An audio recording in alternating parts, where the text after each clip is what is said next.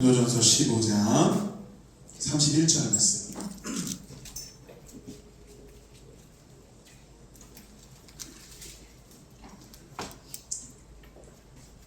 BGM이 깔아줘. 멋있을 것 같죠? 괜찮을 것 같아요. 고린도전서 15장 31절 신약성경 283쪽에 기록되어져 있습니다. 스크린에도 펼쳐질 것이고요.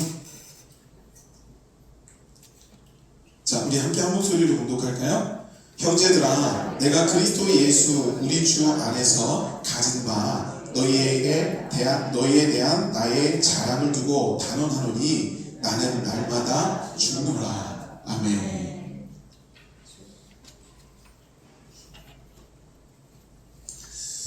그리스도인은 살아도 그리스도인답게 살고 죽어도 그리스도인답게 죽어야 합니다. 죽음이 두려워서 예수님을 버리지는 맙시다. 더럽게 무릎 꿇고 사는 것보다 차라리 죽고 죽어 예수님 향한 정절을 지켜야 합니다. 다만 나에게 일사각오의 결의가 있을 뿐입니다. 제 설교 같진 않죠? 제가 시작부터 읽어드린 이 내용은요, 주기철 목사님의 일사각오라고 하는 그 설교의 원문이에요.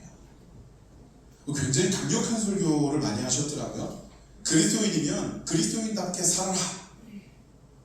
더럽게 무릎 꿇고 사느니 내가 죽어서 그리스도 앞에 정절을 유지하는 것이 훨씬 더 나았다. 그러기 위해 나는 일사각오로 신앙을 이어가겠다. 일사각오는 쉽게 말씀드리면 죽을 각오. 여러분, 우리가 신앙생활 죽을 각오로 하고 있을까요? 목사님 또 그렇게 어려운 소리 하시더라고요. 요즘 세상에 죽을 각오로 신앙생활 해야 되는 시대도 아니고 뭘 그렇게 또 어려운 그런 말을 하시느냐고. 여러분, 죽을 각오로 신앙생활 하는 건 굉장히 중요한 거예요. 죽을 각오로 하잖아요? 그러면 못할 게 없어요. 죽을 각오로 하잖아요? 그럼 뛰어넘지 못할 일이 없어요. 그래서 여러분, 주기철 목사님이 하신 설교 제목도 그렇지만 여러분, 우리는 분명히 죽을 각오로 우리의 신앙생활을 이어갈 수 있어야만 합니다. 결정적인 순간에 누군가가 나에게 칼을 들밀고 총을 들밀면서 예수 믿을 거야, 죽을 거야, 이 이야기를 한다고 해서가 아니라 내가 정말 그 일사의 각오로, 필사의 각오로 내가 사력을 다해서 예수님을 향해 나아가는 모습을 지니겠다. 이게 바로 저와 여러분들의 진정한 신앙의 모습이 되어야 한다는 겁니다. 자, 여기 주기철 목사님이요, 산정현 교회 담임 목사님이셨어요. 이 산정현 교회는 그 평양 대부운동이 시작된 그 교회, 그 교회로부터 분립돼서 나온 교회였습니다. 하루는 주기철 목사님이 주일날 예배를 인도하는데 그 교회 장로님이 그만 예배에 늦으신 거예요. 중요한 회의를 하고 또 중요한 일을 하시는 분이라서 중요한 일을 결정하기 위해서 시간이 불가피하게 늦어진 거예요. 그래서 허겁지겁 이 장로님이 교회로 달려갑니다. 교회 문을 열고 조심스럽게 들어가서 저 맨 뒷자리에 쫙 앉으려고 하는데, 근데 이 주기철 목사님이 그냥 예배 인도하시면 좋으련만 예배 인도를 갑자기 멈추더니 그 장로님을 향해서 뭐라고 소리를 지르는 거예요. 장로님! 오늘은 저 뒤에 서서 예배 드리세요. 네. 이 장로님이 처음에 깜짝 놀라서 어찌할 바를 모르다가 이내 두 손을 같이 모으고 그 맨 뒤로 나가서 벽 앞에 서서 예배를 1시간 내내 서서 드리는 거예요. 자, 1시간 예배를 다 드릴 때쯤 이 주기철 목사님이 순서에도 없던 대표 기도 순서를 하나 만들어서 그 장로님을 앞으로 나오라고 해서 기도를 시키는 거예요.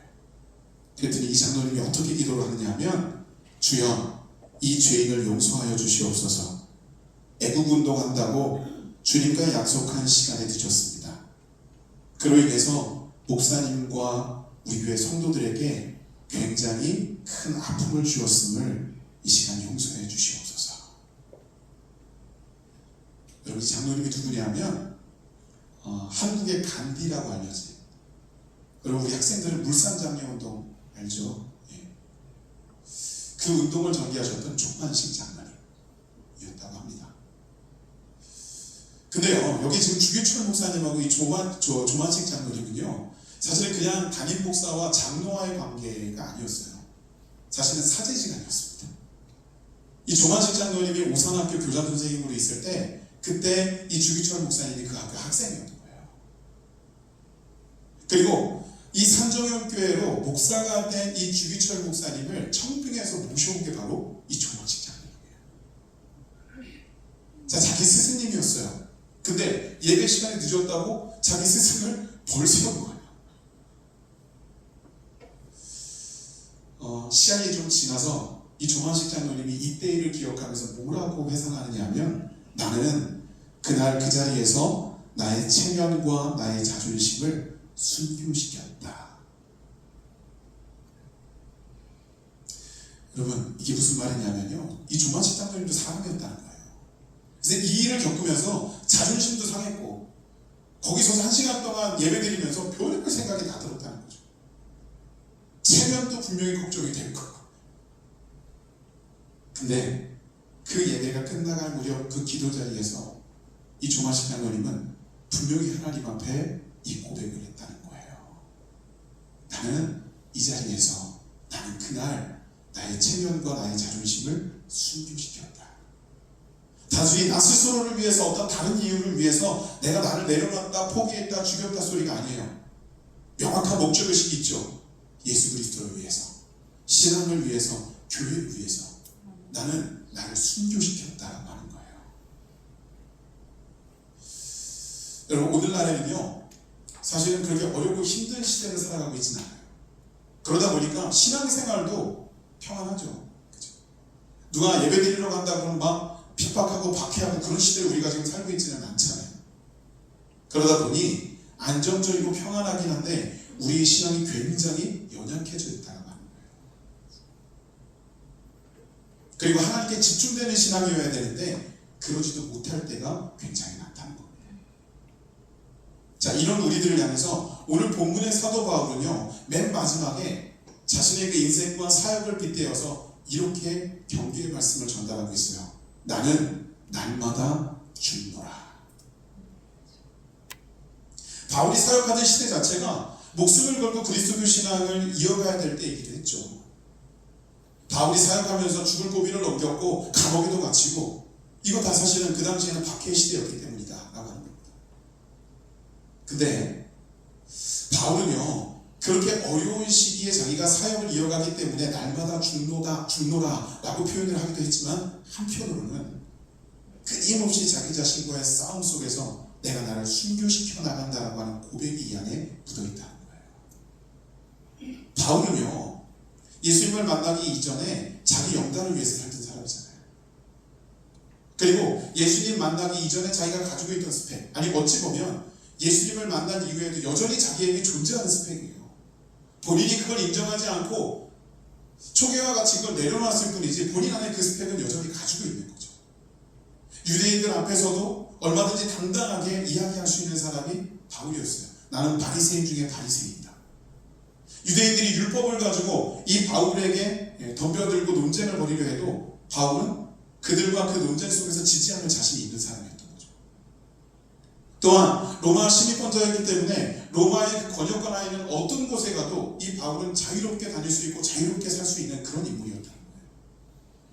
자, 이런 모든 것을 갖추고 있던 인물이 바울이에요. 근데 그 바울이 그 모든 걸 다 내려놨다는 거예요. 자, 한번 생각해 보십시오. 제가 말씀드렸다시피 그 스펙이 내가 내려놓았다고는 하지만 여전히 내 안에 존재하는 거잖아요.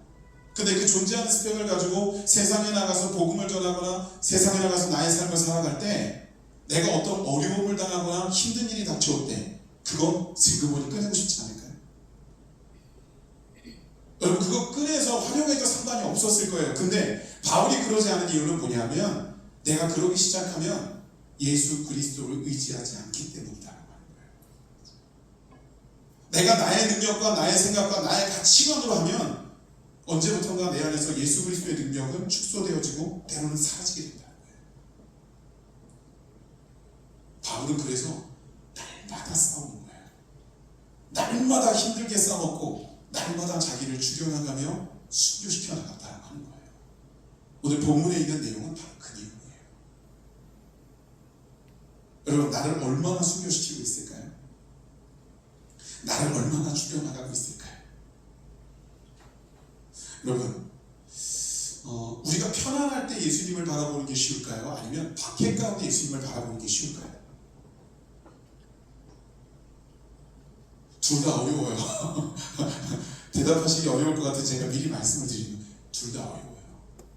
박해 시기에는요, 그 박해 그 고통을 극복하면서 주님을 바라봐야 되기 때문에 어려운 거고요. 평안의 시기에는요, 나 자신과의 싸움, 나태함과 현실 안주라고 하는 나 자신과의 싸움에서 이겨야 하기 때문에 쉬운 문제가 아니라는 겁니다. 결론적으로는요, 우리는 이 안정적인 시대를 살아가고 있고 평안하게 신앙생활을 하고 있지만 이 가운데 우리가 분명히 기억해야 되는 건 우리 끊임없는 싸움 가운데 있다는 거예요.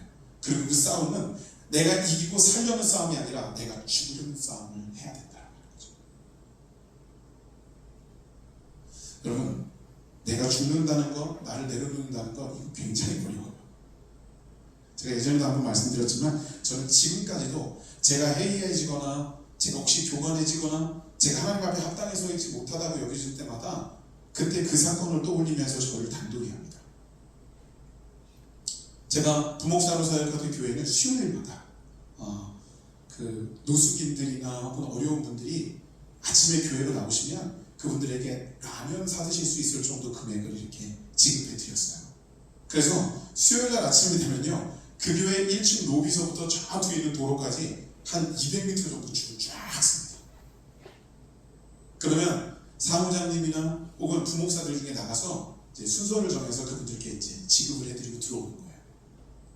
근데 그때 항상 그 구제금을 지급해드릴 때 저 한 구덩이에서 줄을 서지 않고 눈치를 보다가 다른 분들이 다 받아서 가고 줄이 없어지면 그때서 2층에 있는 사무실로 올라오시는 분이 한 분 계셨어요. 근데 그분이 올라오셔서는 그 규정된 금액을 이렇게 드리면 항상 그래요. 조금 더 달래요. 조금 더 달래요. 근데 아예 안 돼요, 아저씨. 다른 분들도 드려야죠. 이렇게 하면 갑자기 그분이 항상 하는 행동이 있어요. 그게 뭐냐면 바지를 이만큼 훅 올리시는 거예요. 그러면 그분 다리가 진짜 코끼리 다리만큼 무슨 병이신지 모르겠는데 이만해요. 그냥 봐도 이건 심각한 병증이에요. 그렇게 부어있는 다리를 보여주시면서 나 이러니까 난 좀 더 달라고.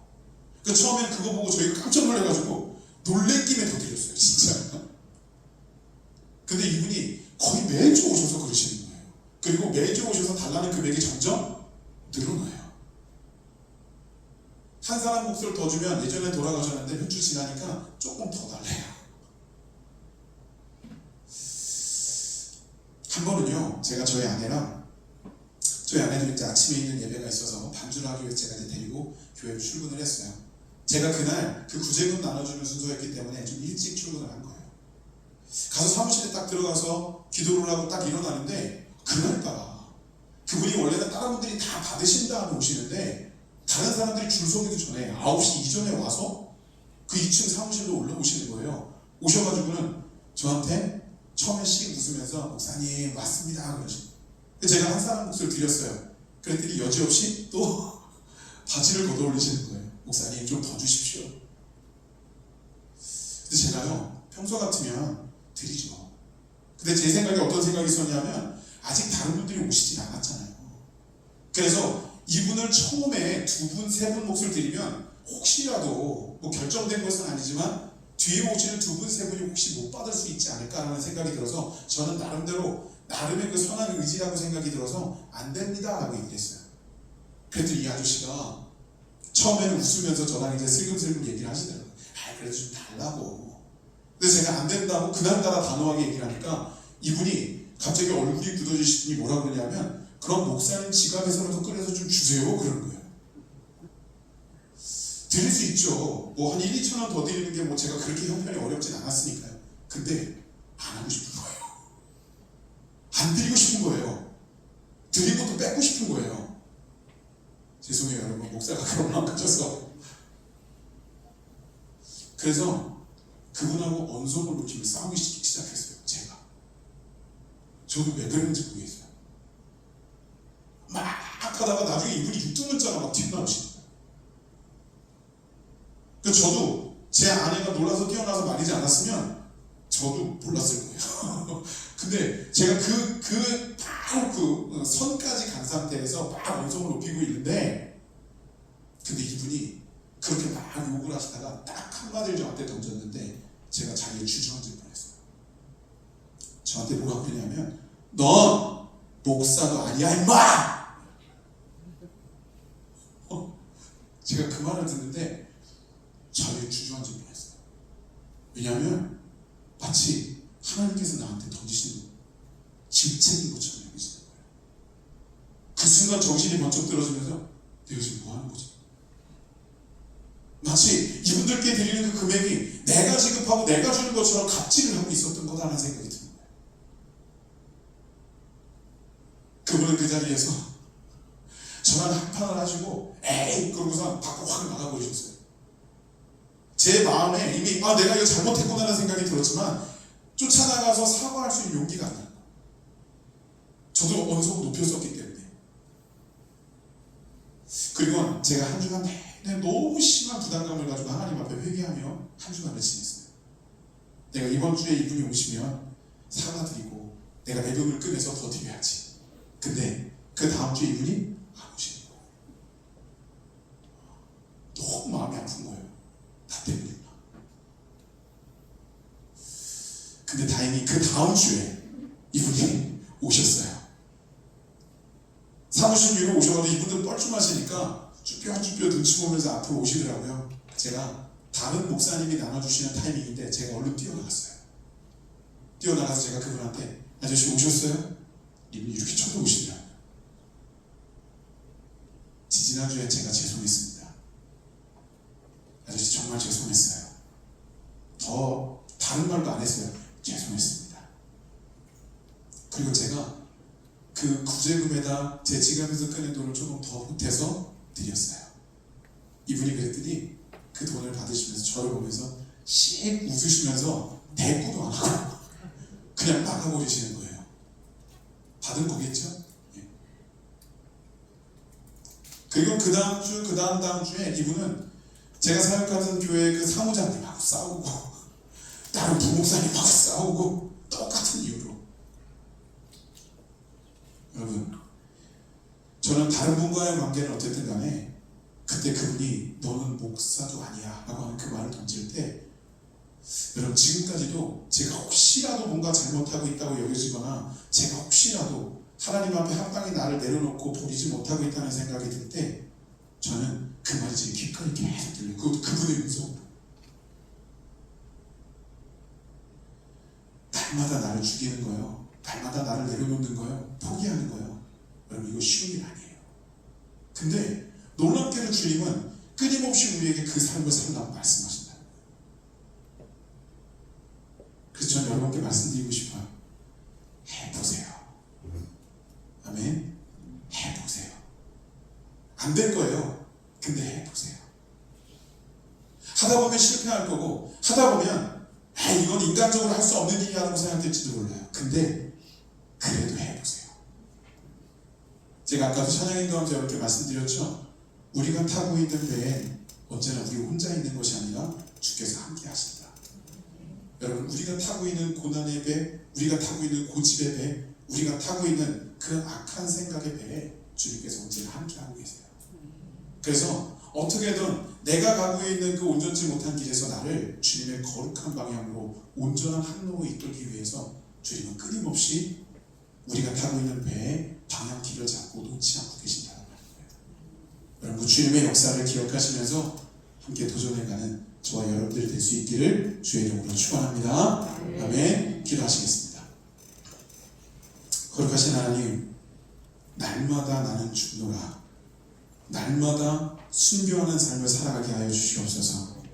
때로는 그게 너무 싫고 너무 아프고 왜 나만 그래야 되냐라고 하는 생각이 들 때도 있을 겁니다. 그러나 하나님께서 우리들에게 허락해 주신 이 귀한 삶을 살아감에 있어 주께서 우리와 함께 하시며 그 길을 우리에게 알려주신다면 우리는 가감없이 주께서 알려주신 그 길을 걸어나갈 수 있도록 인도하여 주시옵소서. 참 쉽지 않겠지만 그래도 하나님을 의뢰하며 예수 그리스도의 그 거룩하신 그 사명과 사역에 의지하여 우리가 온전히 그 삶을 살아갈 수 있도록 인도하여 주시옵소서. 오늘도 주님 함께 하신 줄 믿사오며 예수님의 이름으로 기도드렸습니다. 아멘.